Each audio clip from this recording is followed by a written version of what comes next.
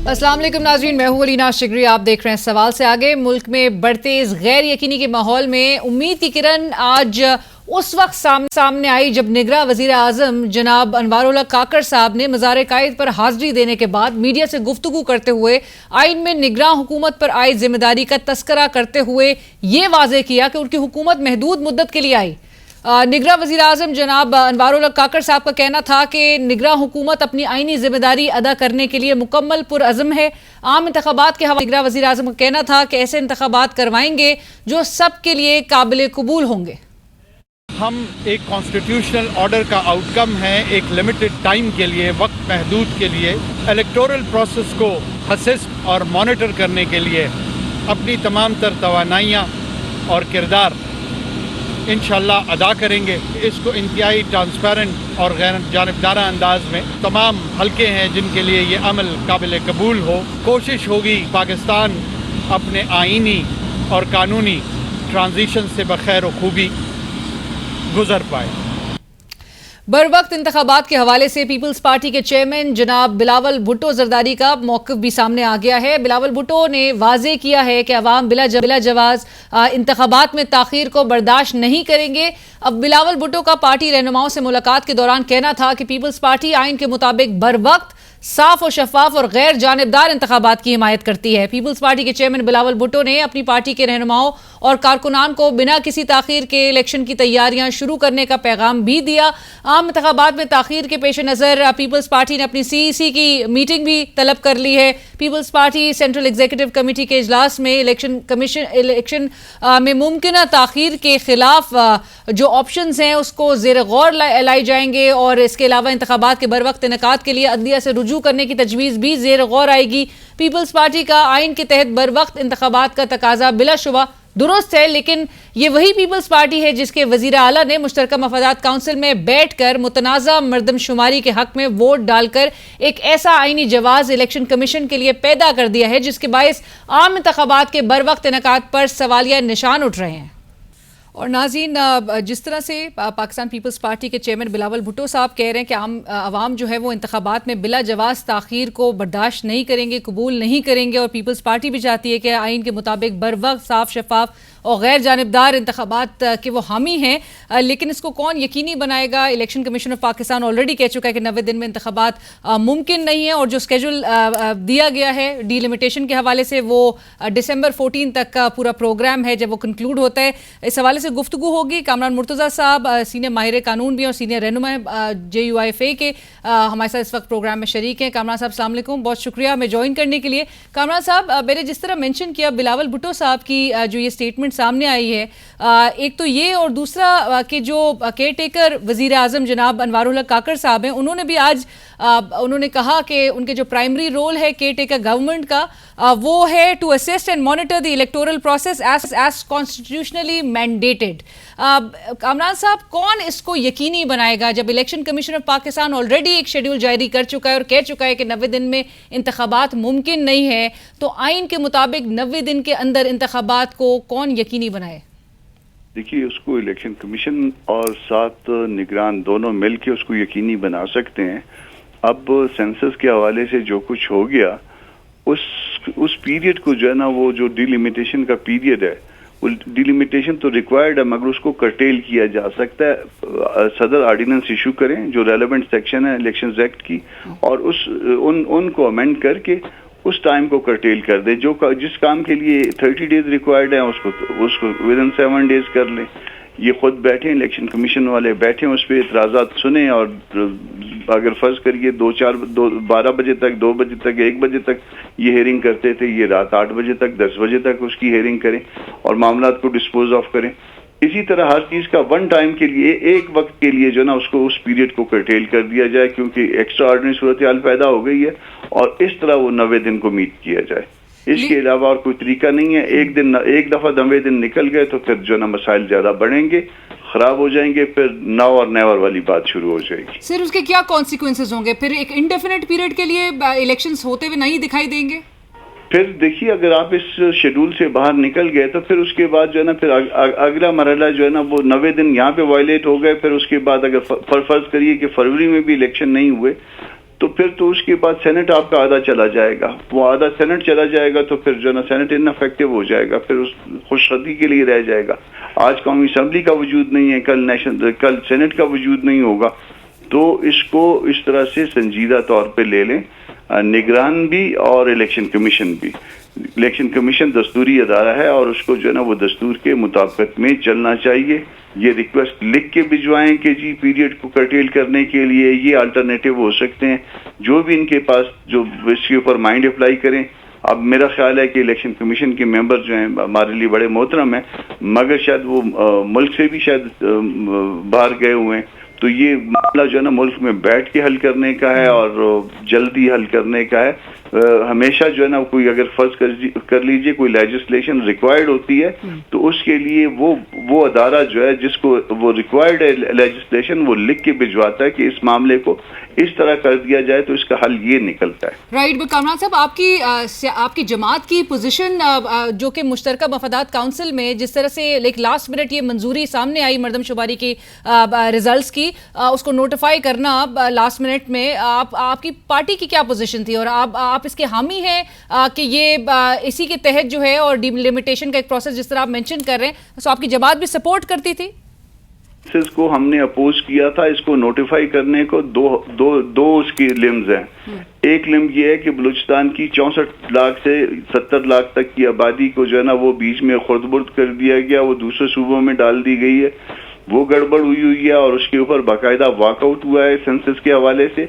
और जमात की पोजीशन को जो है असद महमूद भी जो है ना वो उसको क्लियर कर चुके हैं। असद महमूद इसके मेंबर नहीं थे, वो उनको साथ ले जाया गया और एक बतलाया गया कि शायद उनकी कंसेंट भी इस मामले में शामिल है, मगर वो असेंबली के फ्लोर पे इस मामले को क्लियर कर चुके हैं कि उनकी कोई इस तरह की कंसेंट नहीं थी। उन्होंने इसमें अपोज किया था। उनकी हालांकि वो जब मेंबर नहीं थे तो उनकी बात जो है ना उनको साथ ले जाना बनता नहीं था, मगर स्टिल जब ले जाया गया तो फिर उनकी जो बातें थी उसको मिनट करना चाहिए था।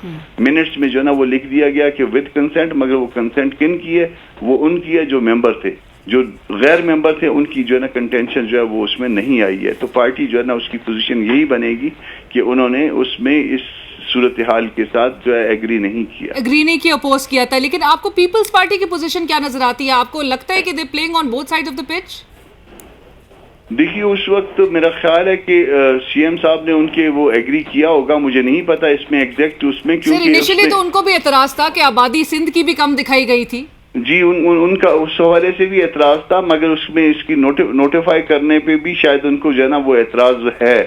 और एतराज शायद बलूचिस्तान को भी था। आपको याद होगा कि बलूचिस्तान का सीएम जो उस वक्त वो नहीं आ रहा था और उसके लिए कई घंटे तक जो है ना इस की ताखीर इसमें हुई थी सीसीआई में। बिल्कुल। तो ये सारा कुछ जो है ना वो मेरा ख्याल है कि इसमें बहुत चीजें ऐसी हैं कि जिसको आप कह सकते हैं कि रजा के बगैर, रजामंदी के बगैर। राइट। कमरान साहब एक और बात, जो सुप्रीम कोर्ट बार एसोसिएशन की जो पिटिशन थी चैलेंजिंग सीसीआई की, जो ये फैसला था इसको चैलेंज किया गया है, सुप्रीम कोर्ट ने नंबर अलॉट कर दिया इस आईनी पिटिशन को जो कि बार की जानिब से दायर की गई। आपको क्या लगता है, चूंकि ये बात भी कही गई साबिक वजीर आजम शहबाज शरीफ साहब की जानिब से कि सीसीआई का फैसला चैलेंज नहीं हो सकता क्योंकि ये कॉन्स्टिट्यूशनल बॉडी है, लेकिन अगर इसका फैसला आपको लगता है अदालत उज़्मा की जानिब से ये भी प्रोबेबिलिटी मौजूद है कि स्ट्राइक डाउन भी किया जा सकता है? इसमें एक तो आपने बताया कि ये पिटीशन, इसके अलावा एक और पिटीशन है वो मेरे बेटे की तरफ से फाइल हुई है और वो कल शायद लगी हुई भी है बलूचिस्तान हाई कोर्ट में। और हम जो है उसमें जो बेटे ने मेरे चैलेंज किया है वो आबादी के हवाले से इस फैसले को उन्होंने और इसको जो नोटिफाई हुआ है to the extent of Balochistan challenge किया हुआ है। तो वो हम इसके साथ मेरा ख्याल है कि वो चैलेंज हो सकता है। दस्तूरी अदालतों पे कोई बार नहीं होता, कोई कदगन नहीं होता इस तरह की पिटिशंस को इंटरटेन करने में, और स्पेशली जहाँ पे मैलाफाइडी रिफ्लेक्ट हो रही हो। और बलूचिस्तान के मामले में तो बिल्कुल मैलाफाइडी नजर आ रही है कि वो जो आबादी जो बलूचिस्तान में पहले प्रिलिमिनरी रिपोर्ट में दिखाई गई, बाद में दूसरे सूबों में एडजस्ट की गई सेम आबादी। राइट, आप कह रहे हैं कि बलूचिस्तान के एक्सटेंट तक तो मैलाफाइडी नजर आती है। लास्ट में कामरान साहब आपका ब्रीफ में कमेंट चाहूंगी, जो सदर मुमलिकत की जानिब से 2 रोज कबल जो ट्वीट किया गया और गुज़िश्ता रोज उनके जो सेक्रेटरी हैं उनकी जानिब से भी जो एक सदर साहब को जो खत लिखा गया और प्लस उन्होंने ये भी कहा कि जी वो किसी भी फोरम पे अपीयर होने के लिए अदालत में, कोर्ट में हकायक जो है, प्रूफ जो है प्रेजेंट करने को भी तैयार हैं और सदर साहब से ही उन्होंने इस्तदा की कि इस मामले की तहकीकात होनी चाहिए। सर, राइट फोरम क्या होगा और आप समझते हैं कि फैक्ट्स को प्रोब होने की जरूरत है? इसमें फैक्ट्स को प्रूव करने की भी जरूरत है, क्योंकि दो तीन बातें जो मुमकिन है, मगर अब बज़ाहिर जो है ना वो ये नजर आ रहा है कि सदर साहब जो है सबको खुश करने के चक्कर में ये मामला गड़बड़ कर बैठे। और इसमें राइट फोरम जो है सुप्रीम कोर्ट भी हो सकता है, राइट फोरम जो है ना वो सेनेट की कोई पार्लियामानी कमेटी भी हो सकती है।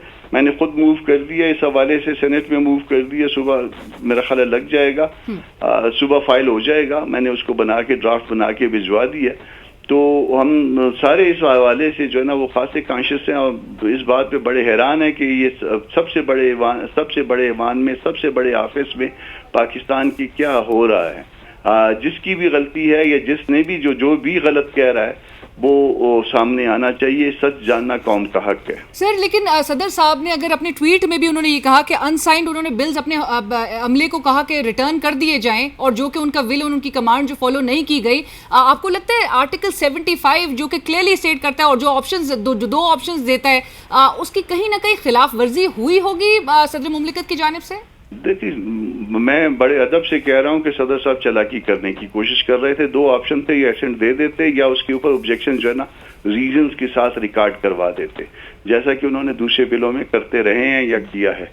तो इसमें जो है ना वो उन्होंने ये समझा कि इस तरह से वो दोनों तरफ इतराफ को खुश कर लिया जाए, तो इस तरह से नहीं होता, इस तरह से अपनी रुसवाई होती है। बहुत शुक्रिया कामरान मुर्तज़ा साहब, thank you so much sir for joining. Senior रहनुमा JUIFA कामरान मुर्तज़ा साहब इस वक्त हमसे बात करते हैं। कहा कि सदर साहब ने दोनों साइड्स को खुश करने की कोशिश की है। उनके पास दो ऑप्शंस थे, या वो असेंट करते, या वो उसको दस्तखत करके मंजूर करते, या फिर वो एतराज़ के साथ, रीजंस के साथ, ऑब्जर्वेशन के साथ उसे वापस करते। लेकिन उन्होंने जिस तरह से उन्होंने कहा कि विद ऑल ड्यू रिस्पेक्ट चालाकी दिखाई है और एक ये head of the state, highest office bearer की जानिब से अगर इस किस्म का अमल किया जा रहा है तो इसको प्रोब होना भी बहुत ज़रूरी है, इसकी इंक्वायरी होनी भी बहुत ज़रूरी है। इसी के साथ ही एक ब्रेक की तरफ चलेंगे, ब्रेक के बाद हाजिर होते हैं, हमारे साथ रहिए।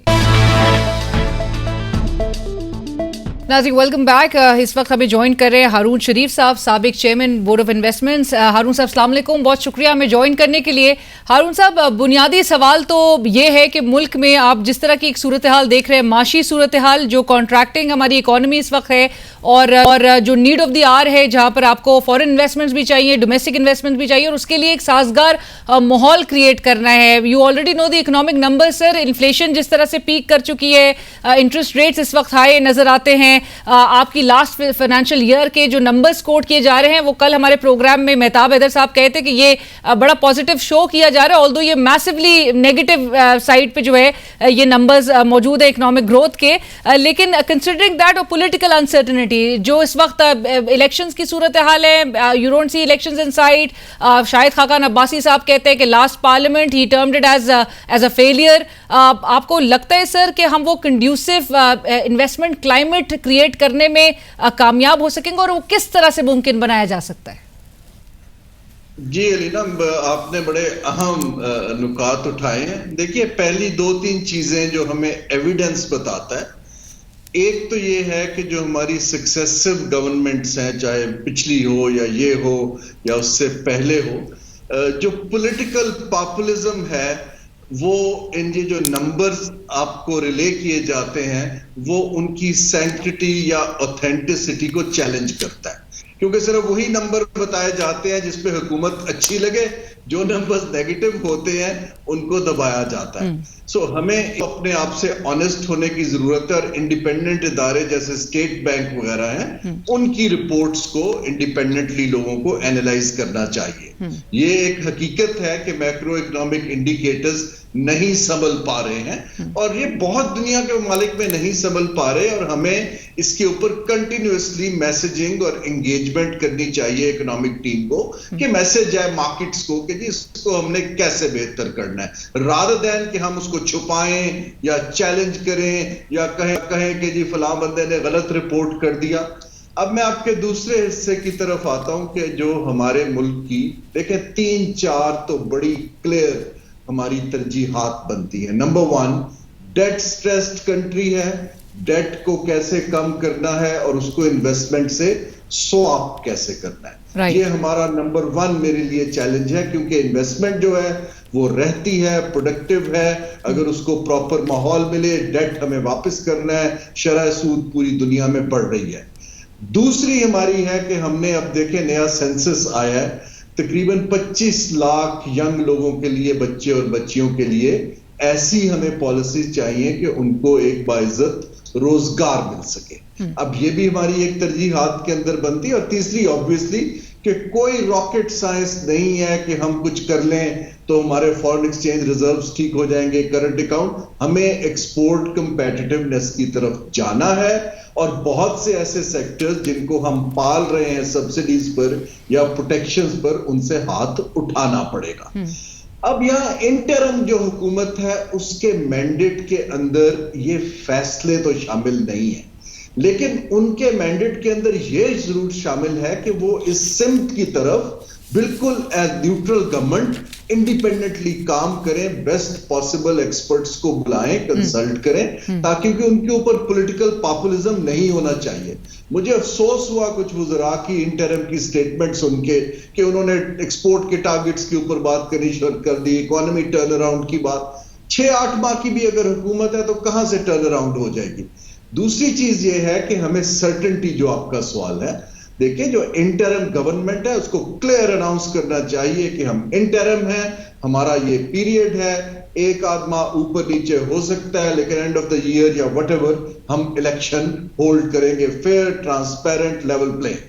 मार्केट्स बड़ी स्मार्ट है, मार्केट सिग्नल लेती है, उनके पास इंफॉर्मेशन भी होती है, उनका पैसा लगा होता है। जो ही वो अनसर्टेनिटीज देखते हैं वो डिसीजंस को होल्ड कर लेते हैं, स्पेकुलेटर्स अंदर आ जाते हैं और मईशत के ऊपर मनफी असर। और हारून साहब, अनसर्टेनिटी तो मौजूद है क्योंकि गुज़िश्ता हफ्ते आपको पता है इलेक्शन कमीशन ने ऑलरेडी डीलिमिटेशन के हवाले से जो स्केड्यूल अनाउंस किया है, that is over the span of the next 4-5 months, जो कि दिसंबर 14 तक कंक्लूड होता है। So that means elections are not taking place within 90 days, यानी कि वो अनसर्टेनिटी प्रिवेल करेगी, प्रोलॉन्ग करेगी, और उससे आपको लगता है कि ये मजीद हैम्पर होंगी चीजें।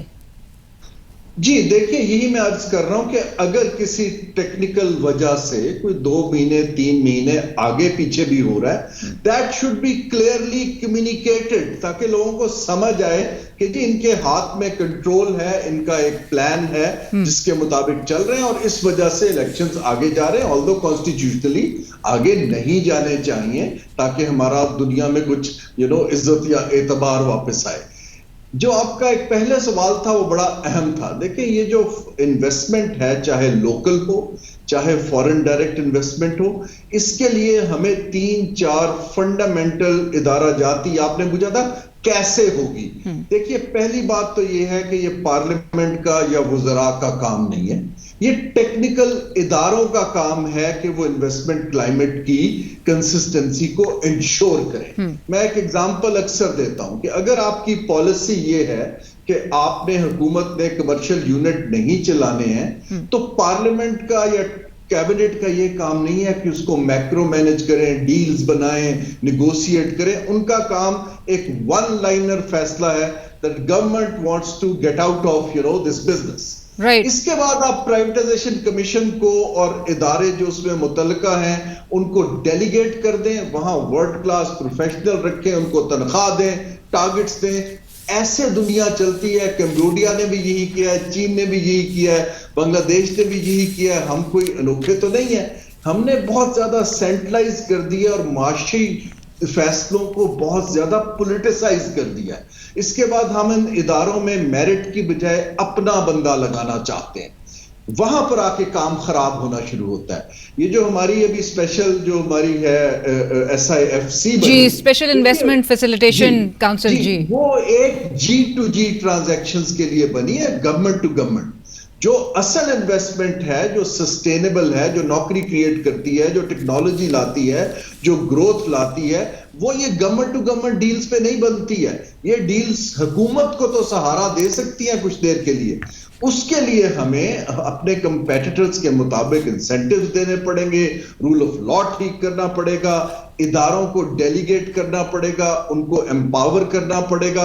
अभी भी आप अगर 2-3 इदारे में नाम लेता हूं, प्राइवेटाइजेशन कमीशन है, बोर्ड ऑफ इन्वेस्टमेंट है, या प्लानिंग कमीशन का जो एरिया सीपैक को देख रहा है, उसको आप इंडिपेंडेंट कर दें, उसके ऊपर टेक्निकल न्यूट्रल सीईओज लगाएं, हेड हंटिंग फर्म से हायर करें, आप देखिएगा मार्केट कैसे पॉजिटिव सिग्नल। मैं हारून साहब इसी चीज पे आपसे फर्दर भी आपका कमेंट चाहूंगी। You were part of the then PTI government as well, आप बोर्ड ऑफ इन्वेस्टमेंट को उस वक्त हेड कर रहे थे जब आपको याद होगा नेशनल डेवलपमेंट काउंसिल जो है वो बनाई गई थी।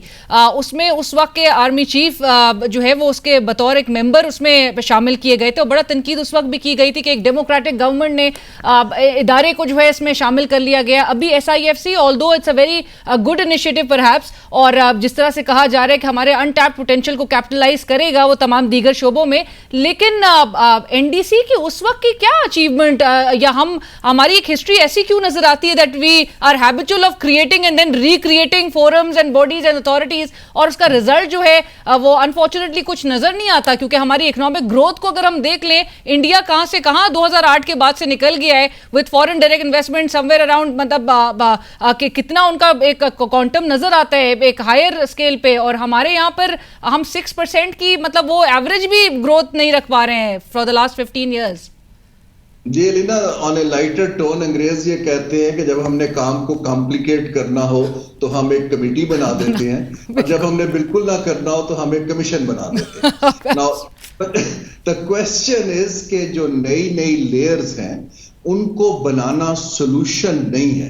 SIFC एक अच्छा कदम इसलिए है कि हमारी हुकूमत इतनी फ्रेगमेंटेड है और कैपेसिटी कम है कि एक मजबूत ओवरसाइट बॉडी है जैसे पहले बना था नेशनल डेवलपमेंट कमीशन, अगर वो रियली कुछ चीजों को पुश करे तो शायद ब्यूरोक्रेसी उसको रेजिस्ट ना कर पाए।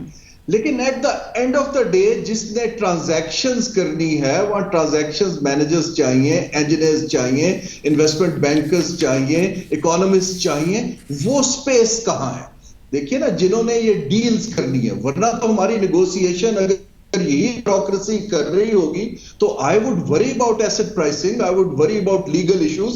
हम ऑलरेडी देखे रेकोडेक्ट का केस चलता रहा है, कारके का केस चलता रहा है। हमें इदारे 2-3 SIFC के नीचे, मेरी तो पहले भी राय थी अब भी है कि privatisation commission, board of investment और जो सीपैक का हमारा इकोनॉमिक जोन्स है इसको मर्ज करें, SIFC को उसका बोर्ड बनाएं, वहां पे एक पावरफुल CEO लगाएं जो एपॉलिटिकल हो और उसको आप एम्पावर करें और टारगेट्स दें तो इंशाल्लाह चीजें चलेंगी। लेकिन ये इदारे ब्यूरोक्रेसी और पॉलिटिक्स ने कैप्चर किए हुए हैं। वहां पर वही लोग हैं जो रिटायर होके लगते हैं, वही लोग एस्टेब्लिशमेंट डिवीजन के थ्रू आते हैं। मार्केट्स आर मच स्मार्टर, उनको पता है कहां काम होता है कहां नहीं होता है। मेरी राय यह है कि 1 या 2 ट्रांजैक्शंस पकड़े, इन इदारों को एम्पावर करें, मिनिस्ट्रियों से इंसुलेट करके उनको दें, वो 24/7 उस पर काम करें। हम कोई बहुत बड़ी मैसिव ट्रांजिशन इकोनॉमिक के लिए अभी तैयार नहीं है, लेकिन अगर आप 1-2 डील्स कर लेंगे अच्छी जो वर्ल्ड क्लास होंगी, दुनिया का एतबार बहाल होगा और काम आगे चलना शुरू हो जाएगा, जो हम सबकी दुआ है। अभी ये है कि इतने कम इकोनॉमिक ग्रोथ के ऊपर ना तो हम टैक्स कलेक्ट कर पाएंगे, ना हम यूथ को जॉब्स दे पाएंगे। उसके जो इम्पैक्ट सोसाइटी के ऊपर सोशल और इकोनॉमिक आते हैं वो अलग है। राइट, हारून साहब कतई कलामी की माफी, लेकिन इसी से इसी से एक जुड़ा आखिरी सवाल आपसे, और जो आप अब निशानदी करें कि चैलेंजेस अगरचे मौजूद हैं, गुज़िश्ता साल और इस साल भी एक ब्रेन ड्रेन की सिचुएशन है। People, families have left the country in despair, in hopelessness, जो कि इस वक्त एक अनसर्टेनिटी, हम जिस तरह बात भी करें सिचुएशन में कि हालात बेहतर होंगे नहीं होंगे, कैसे कन्विंस किया जाए लोगों को not to leave the country, मुल्क छोड़ के ना जाए, आगे सिचुएशन बेहतर हो सकती है? देखिए, लोग खाली बातों से कन्विंस नहीं होते हैं, हमें बड़ा क्लियरली दिखाना होगा थ्रू सम पॉलिसी इंटरवेंशंस कि हम to reach out to youth बड़े संजीदा है। सबसे पहले तो यह है कि पॉलिसी मेकिंग के अंदर कुछ यंग फेसेस को, लड़के लड़कियों को लाएं। अभी तक जो हमारे पॉलिसी मेकर्स हैं उनका तो यंग जनरेशन के साथ बड़ा कम नेक्सस दिखाई देता है। दूसरा ये है कि हमें अगर इफ द यूथ 70% है आबादी की, तो फिर हमें इसके ऊपर बड़ा सीरियस डेटा और रिसर्च करने की जरूरत है कि उनके लिए फ्यूचर ऑफ जॉब्स में क्या करना है, वो सोच किस तरह रहे हैं, वो किस तरह का पाकिस्तान चाहते हैं। 70% means actually they are the country. So हमें इसको तरजीह बना के हमारी तो मैं ये तो नहीं कहता वजारत बना दें, but we need institutional support for this youth कि हम काम करें। ये जो हमारा सारा डेट, हमारा ये जो क्रेडिट है, हमारी पॉलिसीज हैं, हमारी प्रोटेक्शन है, वो एक छोटी सी जो इलीट को जा रही है, उससे यूथ की डिसअपॉइंटमेंट बढ़ती है। We need to reach out to them, क्योंकि दुनिया के अंदर भी कोई बहुत ज्यादा इस वक्त बाहर अपॉर्चुनिटीज नहीं है। जहां पर हैं हमें वो स्किल सेट देना चाहिए ताकि लोग जाएं, बाइज्जत रोजगार कमाएं। और स्किल सेट पे मैं ये कहूंगा कि जो फ्यूचर है वो लेबर ओरिएंटेड स्किल्स में नहीं है, वो मशीन और नॉलेज ओरिएंटेड स्किल में है, हॉस्पिटैलिटी में है, जहां जहां सर्विसेज में है। तो हमें अपना ये टोटल जो एक तरीका है स्किल्स देने का, और मैं अगेन कहूंगा प्राइवेट सेक्टर को सामने लाइए, लेट देम ओन दिस। हुकूमत के अकेली के इतने चैलेंजेस हैं कि ये उनके लिए गालिबन करना अभी मुमकिन अकेले नहीं हो सकेगा। बहुत शुक्रिया हारून शरीफ साहब, thank you so much for joining us and sharing your views. इस वक्त हमारे साथ मौजूद है साबिक चेयरमैन बोर्ड ऑफ इन्वेस्टमेंट जनाब हारून शरीफ साहब, जिन्होंने कहा कि आपके पास ऑलरेडी इदारे मौजूद हैं, जो प्राइवेटाइजेशन कमीशन है, बोर्ड ऑफ इन्वेस्टमेंट है, और सीपेक के अंदर जो इकोनॉमिक जोन्स है उनको ऑन बोर्ड लेते हुए जो एक इस वक्त नीड ऑफ द आवर नजर आती है, जो जिस तरह से हमें डेट कम करने की जरूरत है, एक सिचुएशन एक क्रिएट हुई भी है, चैलेंजेस का सामना है मुल्क की मईशत को, और उसके हल के लिए एक कंड्यूसिव, एक ऐसा इन्वेस्टमेंट, साजगार इन्वेस्टमेंट का माहौल क्रिएट करने की जरूरत है जिससे सरमायाकारी आप लेकर आ सके और इकोनॉमिक जो आपकी कंडीशंस हैं उनको एक सस्टेनेबल, एक रिकवरी पाथ की तरफ लेके जाया जा सके। जो इस वक्त मौजूदा सूरत हाल नजर आ रही है, ऐसे में हारून शरीफ साहब कहते हैं कि 70% जो आपका यूथ बल्ज है, नौजवान नस्ल है, उनको रीच आउट करने की जरूरत है, उनको पॉलिसी मेकिंग में भी नौजवानों को लाने की जरूरत है। एक जो जनरेशन गैप नजर आ रहा है कि पॉलिसी मेकर्स जिस तरह के इस वक्त मुल्क में मौजूद हैं और नौजवानों को टैप करने की जरूरत है, उनको रीच आउट करने की जरूरत है, और मईशत को ये जो नंबर्स हैं इतने अलार्मिंग, नेचुरली इनको बेहतर बनाने के लिए एक न्यूट्रलिटी भी जो इंटरिम सेटअप है, और जिस तरह से हारून साहब ने भी कहा कि ये बात जरा क्लियर कर देने की जरूरत है कि they've come in for a limited time. Elections के हवाले से अगर जो भी अनसर्टेनिटी है, गैर यकीनी की सूरत हाल है, नेचुरली वो हैम्पर करती है इन्वेस्टमेंट के माहौल को, इन्वेस्टर सेंटिमेंट्स को। मुल्क के जो अंदर मौजूद हैं इन्वेस्टर्स और मुल्क से बाहर जो गैर मुल्की सरमायाकार हैं, वो नेचुरली कंसर्न्स रखते हैं कि मुल्क की सूरत हाल इस वक्त किस जानिब जाती हुई दिखाई दे रही है। इसी के साथ ही बढ़ेंगे एक ब्रेक की तरफ, ब्रेक के बाद हाजिर होंगे। नाज़रीन, ब्रेक के बाद बात करते हैं खैबर पख्तूनख्वा के जिले बडग्राम में चेयरलिफ्ट वाक़े ने हुकूमती इदारों की पेशावराना सलाहियत की कली खोल कर रख दी है। 12 घंटे से ज़ायद का वक्त गुजर जाने के बावजूद अभी तक चेयरलिफ्ट में फंसे तमाम अफराद को ताहाल रेस्क्यू नहीं किया जा सका। इत्तलात के मुताबिक कई घंटों की सरतोड़ कोशिशों और पाक आर्मी की भी रेस्क्यू ऑपरेशन और जो रेस्क्यू टीम्स वहाँ मदद को पहुंची, उनकी इमदादी कार्रवाइयों के तहत 8 में से 5 अफराद को रेस्क्यू कर लिया गया है, जबकि 3 अफराद को रेस्क्यू करने के लिए ऑपरेशन ताहाल जारी है। बडग्राम के इलाके झंगड़ी की तहसील अलाई में आज अलसुब मामूल के मुताबिक 6 तालिब इल्म और उनके उस्ताद बजरिया मकामी बनी हुई चेयरलिफ्ट, ये एक लोकल मेक चेयरलिफ्ट थी जिससे वो अपने स्कूल जा रहे थे। जब मुसाफिर आधे रास्ते में पहुंचे तो चेयरलिफ्ट की 2 रस्सियों में से एक रस्सी टूट गई और चेयरलिफ्ट एक रस्सी के सहारे हवा में मौलिक हो गई, जिसके बायस 8 लोगों की कीमती जिंदगियां दांव पर लग गई। इस खतरनाक सूरत हाल के बावजूद कई घंटे गुजरने के बाद भी हुकूमती रेस्क्यू इदारों की जानिब से फंसे हुए अफराद की मदद के लिए कोई इमदाद सामने ना आ सकी। इनिशियली तो यही चीज रिपोर्ट होती रही, और जब फंसे हुए अफराद की वीडियो सोशल मीडिया पर वायरल होना शुरू हुई तो इंतजामिया को होश आया और आनन फानन तमाम रेस्क्यू के इदारे मदद के लिए पहुंच गए। निगरां वजीर आजम की जानिब से भी ट्वीट सामने आया जिसमें उन्होंने हुकाम को फौरी मुतहर्रिक होने के साथ साथ तमाम निजी चेयरलिफ्ट्स का मुआयना करने का भी हुक्म दे दिया। रेस्क्यू टीम्स के पहुंचने के बाद एक मुश्किल ऑपरेशन का आगाज करने के लिए प्लानिंग शुरू की गई, जो कि इस तरह के ऑपरेशन के लिए दरकार होती है, लेकिन इस तरह के खतरनाक ऑपरेशन की अंजामदही की प्लानिंग के लिए खासा वक्त भी दरकार होता है। और अभी फंसे हुए अफराद को रेस्क्यू करने के ऑपरेशन का आगाज ही किया गया था कि सूरज के ढलने का वक्त सर पर आन पहुंचा, जिसके बायस जारी फिजाई ऑपरेशन को मुअत्तल करना पड़ा और दीगर फंसे हुए लोगों को रेस्क्यू करने के लिए जमीनी ऑपरेशन का आगाज किया गया, जिसके लिए मकामी अफराद ने मुतबादिल रस्सी जोड़ी, जिसके जरिए बच्चों की जान बचाई जा सकी, जबकि जो बाकी 3 अफराद को भी रेस्क्यू करने की कोशिशें इस वक्त जारी हैं। और बिलाशुबा रात के अंधेरे में ऐसा ऑपरेशन करना दिन के उजाले में करने से कहीं ज्यादा मुश्किल काम है। अगर हुकूमती इदारे हमेशा की तरह बेहिसी का सबूत देने के बजाय फंसे हुए अफराद की बर वक्त इमदाद के लिए पहुंच जाएं तो यकीनी तौर पर इस मुश्किल सूरत हाल पर काफी हद तक काबू पाया जा सकता था। लेकिन हमारे मुल्क में तो ये रिवायत है जो ट्रेडिशनली हम देखते हैं कि जब तक कोई सानिया रूनुमा ना हो जाए हम टस से मस नहीं होते। चेयरलिफ्ट में लोगों के फंसने और अपनी जिंदगियां गंवा देने के इससे कबल मुतादिद वाकयात रूनुमा हो चुके हैं। इसी साल के पिछले माह जून में स्वात में दरिया अबूर करते हुए एक चेयरलिफ्ट को हादसा पेश आया जिसमें 4 लोग सवार थे। स्वात के इलाके मुनकियाल में पेश आने वाले इस हादसे के नतीजे में एक खातून और उनका 4 माह का बच्चा चेयरलिफ्ट से गिर के दरिया बुर्द हो गए। जून 2017 की बात करें तो जून 2017 में मरी के एक गांव में वाक़े इसी तरह की एक लोकल बनी हुई चेयरलिफ्ट को हादसा पेश आया। चेयरलिफ्ट में ज़्यादा जो है अफराद को सवार करने के बायस बीच रास्ते में चेयरलिफ्ट की रस्सी टूट गई, जिसके बायस 11 अफराद जान की बाजी हार गए।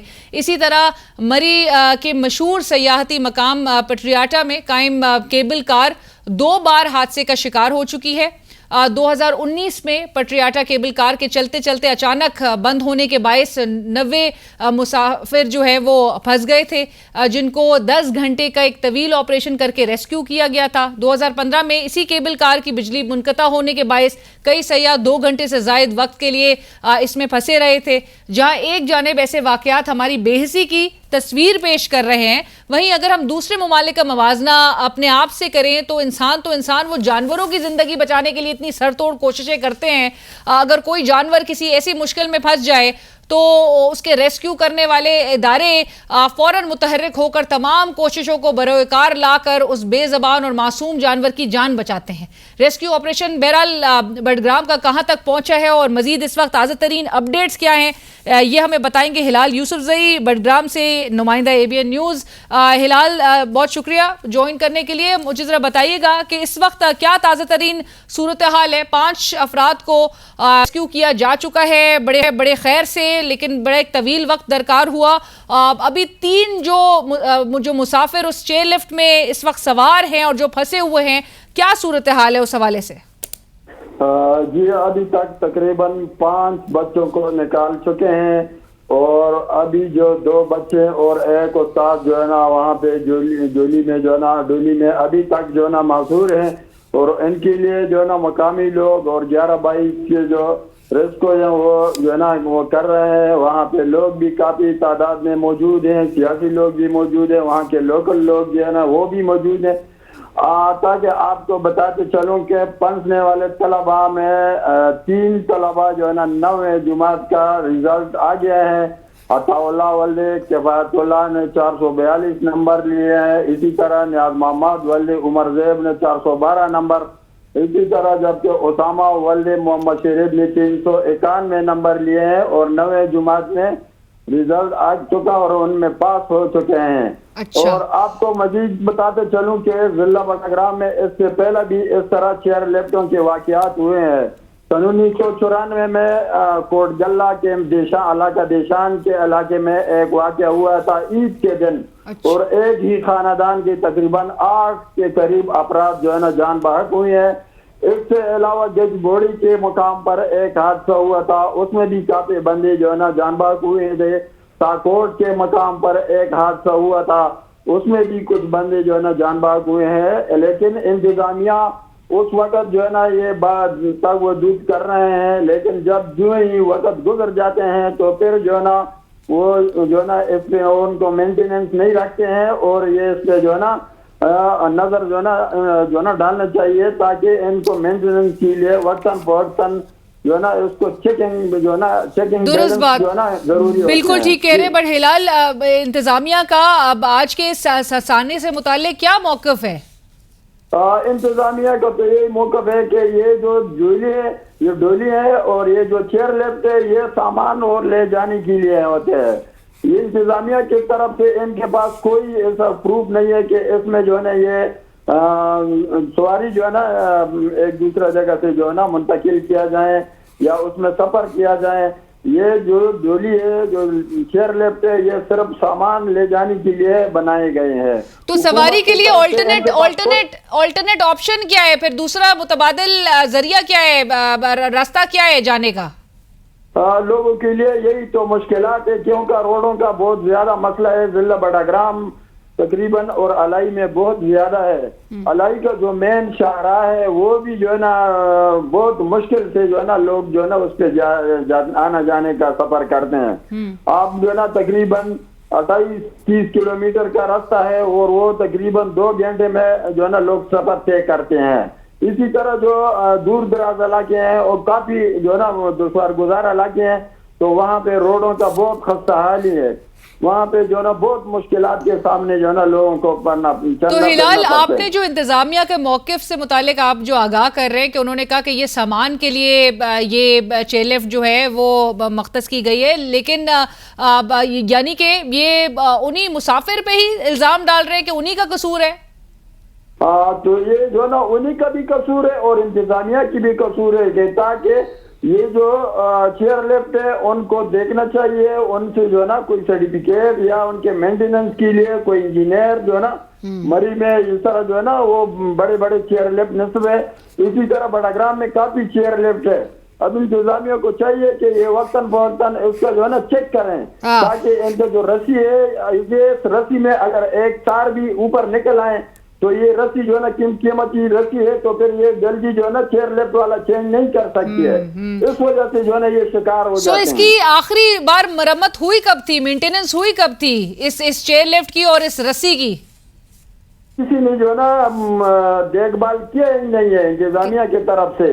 ये जो वहाँ पे जो मुकामी लोग है वो खुद जो है ना उसको चेक बैलेंस उस पर रखते हैं और जो मुकामी लोग है वो देखते हैं। बाकी जो है ना इनके लिए कोई खास इंजीनियर या इस तरह जो है ना कोई जो है ना चेक बैलेंस नहीं रखते हैं जी। अच्छा हिलाल, ये भी बताइएगा कि रेस्क्यू ऑपरेशन शुरू होने में कितनी ताखीर हुई थी?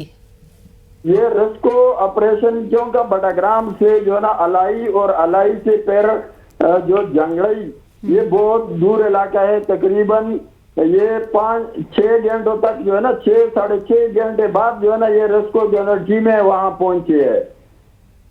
और वहाँ पे जो एक गाड़ी है या 2 गाड़ी है या जो लोकल SHO है या जो AC साहब है अलाई का वो लोग तकरीबन 1.5 घंटे 2 घंटे तक वो वहाँ पहुंचे हैं जी। अच्छा, और मैं आखिर में आपसे ये भी जानना चाहूंगी कि अभी रेस्क्यू ऑपरेशन चूंकि ताहाल जारी है तो क्या दुश्वारियां पेश आ रही हैं? एक तो अंधेरा है वहाँ और पहाड़ी इलाका है, लेकिन लोग जो है ना वो बहुत जो है ना वो कोशिश में लगे हुए हैं ताकि अभी जो है ना 3 आदमी जो है ना 2 बच्चे एक उस्ताद जो है ना वो रह चुका है ना। उस्ताद का ये कहना है कि जब तक ये तमाम बच्चों को नहीं निकाले जाए उस वक्त तक जो है ना मैं नहीं जाता हूँ। वो कह रहे हैं उनका मोटिव है कि तमाम बच्चों को निकाले जाए उसके बाद जो है ना मुझे फिर निकाले जाए। हिलाल, ये भी बताइएगा कि एक बच्चे की मुसलसल सुबह से ही इत्तला आ रही थी कि एक बच्चा बेहोश था इस चेयर लिफ्ट में, उसको निकाला जा चुका है और उसकी अब इस वक्त कंडीशन कैसी है? बच्चे को तो पहले शुरू में जो है ना हेली वालों ने रेस्क्यू करके और उसने अपने साथ उनको लेके गया है। अभी उनका जो है ना कोई इत्तला नहीं है क्योंकि रेस्क्यू को हेली है उन्होंने जो है ना अपना साथ लेके गए, पता नहीं CMH में एडमिट किया है, वो उनको जो है ना उनके पास है जी। राइट, बहुत शुक्रिया हिलाल यूसुफजई ज्वाइन करने के लिए और हमें वहाँ की ताज़ा तरीन सूरत हाल से अपडेट करने के लिए। बडग्राम से नुमाइंदा ABN न्यूज़ हिलाल यूसुफजई जो कि बता रहे थे कि इस वक्त तक 5 अफराद को रेस्क्यू किया जा चुका है और जो 2 बच्चे और एक उस्ताद जो इस वक्त उस चेयर लिफ्ट में फंसे हुए हैं वह उन जो टीचर साथ हैं उन्होंने भी कहा कि जब तक बच्चों को नहीं रेस्क्यू कर लिया जाता तो वो इस वक्त उसमें मौजूद हैं और बहरहाल दुश्वारियां हैं क्योंकि रात के अंधेरे में नेचुरली रेस्क्यू ऑपरेशन में रुकावट और दुश्वारियां का सामना किया जा रहा है, लेकिन अगेन मेंटेनेंस पे बहुत बड़ा एक सवाल आयद होता है कि जिस तरह से ये चेयरलिफ्ट्स हैं वहाँ के लोकल ही जो मकामी अफराद हैं वही उसको उसके हवाले से जो है उसको देख रहे हैं। कोई इंतज़ामिया की जानिब से कोई नज़र नहीं आता कि मेंटेनेंस के हवाले से कोई मेजर्स लिए जाएं।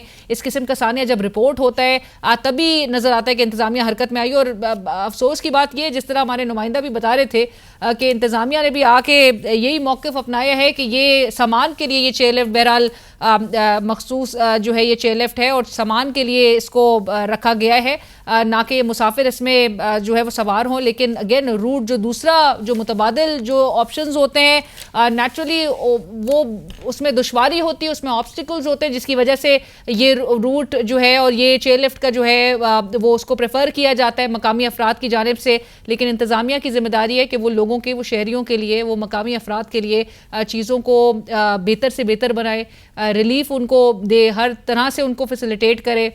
और जो ये इस किस्म की जो मेजर्स हैं जहाँ पर जो लेने की ज़रूरत है जो मेंटेनेंस के हवाले से, तो उसको यकीनी बनाना नेचुरली वहाँ की एडमिनिस्ट्रेशन का काम है, बजाय इसके कि इल्ज़ाम आयद किया जाए। इसी के साथ ही प्रोग्राम की टीम अलीना शिकरी को इजाज़त दीजिए। अल्लाह हाफ़िज़।